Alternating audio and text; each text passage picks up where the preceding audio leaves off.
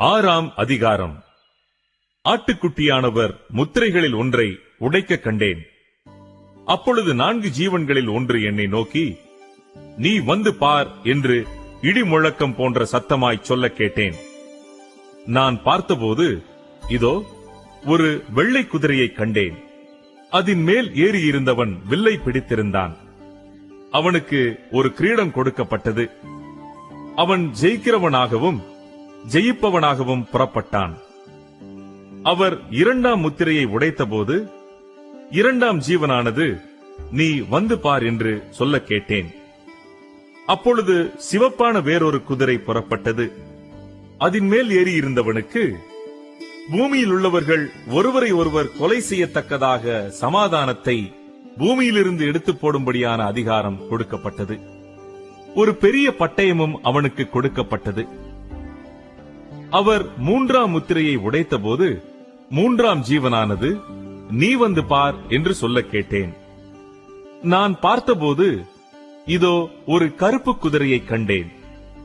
அதன் மேல் ஏறியிருந்தவன் ஒரு தராசை தன் கையிலே பிடித்திருந்தான்.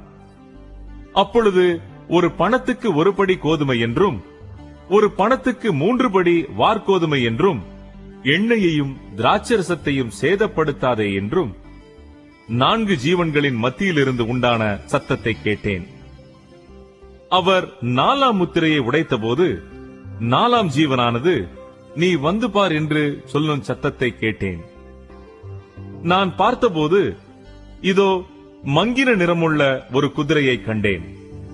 அதன் மேல் ஏறியிருந்தவனுக்கு மரணம் என்று பெயர். பாதாளம் அவன் பின் சென்றது.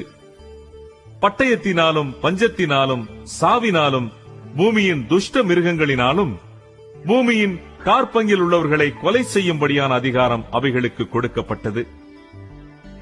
அவர் 5ஆம் முத்திரையை உடைத்தபோது தேவ வசனத்தின் நிமித்தமும் தாங்கள் கொடுத்த சாட்சி நிமித்தமும் கொல்லப்பட்டவர்களுடைய ஆத்துமாக்களை பலிபீடத்தின் கீழே கண்டேன். அவர்கள், பரிசுத்தமும் சத்தியமும் உள்ள ஆண்டவரே, தேவரீர் பூமியின் மேல் குடியிருக்கிறவர்களிடத்தில் எங்கள் இரத்தத்தை குறித்து எதுவரைக்கும் நியாய தீர்ப்பு செய்யாமலும் பழி வாங்காமலும் இருப்பீர் என்று மகா சத்தமிட்டு கூப்பிட்டார்கள். அப்பொழுது அவர்கள் ஒவ்வொருவருக்கும் வெள்ளை அங்கிகள் கொடுக்கப்பட்டது.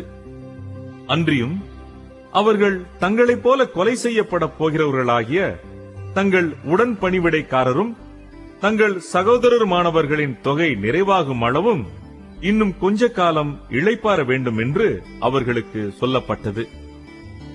அவர் 6ஆம் முத்திரையை உடைக்க கண்டேன். இதோ பூமி மிகவும் அதிர்ந்தது. சூரியன் கருப்பு கம்பளியைப் போல கருத்தது. சந்திரன் இரத்தம் போலாயிற்று. அத்திமரமானது பெருங்காற்றினால் அசைக்கப்படும் போது அதன் காய்கள் உதிர்கிறது போல வானத்தின் நட்சத்திரங்களும் பூமியிலே விழுந்தது. வானமும் சுருட்டப்பட்ட புஸ்தகம் போலாகி விலகிப் போயிற்று. மலைகள் தீவுகள் யாவும் தங்கள் இடங்களை விட்டு அகன்று போயின. பூமியின் ராஜாக்களும் பெரியோர்களும் ஐஸ்வர்யவான்களும் சேனை தலைவர்களும் பலவான்களும் அடிமைகள் யாவரும் சுயாதீனர் யாவரும் பர்வதங்களின் குகைகளிலும் கண்மலைகளிலும் ஒளித்துக் கொண்டு பர்வதங்களையும் கண்மலைகளையும் நோக்கி, நீங்கள் எங்கள் மேல் விழுந்து சிங்காசனத்தின் மேல் வீற்றிருக்கிறவருடைய முகத்திற்கும் ஆட்டுக்குட்டியானவருடைய கோபத்திற்கும் எங்களை மறைத்துக் கொள்ளுங்கள். அவருடைய கோபாக்கினையின் மகா நாள் வந்துவிட்டது. யார் நிலை நிற்கக்கூடும் என்றார்கள்.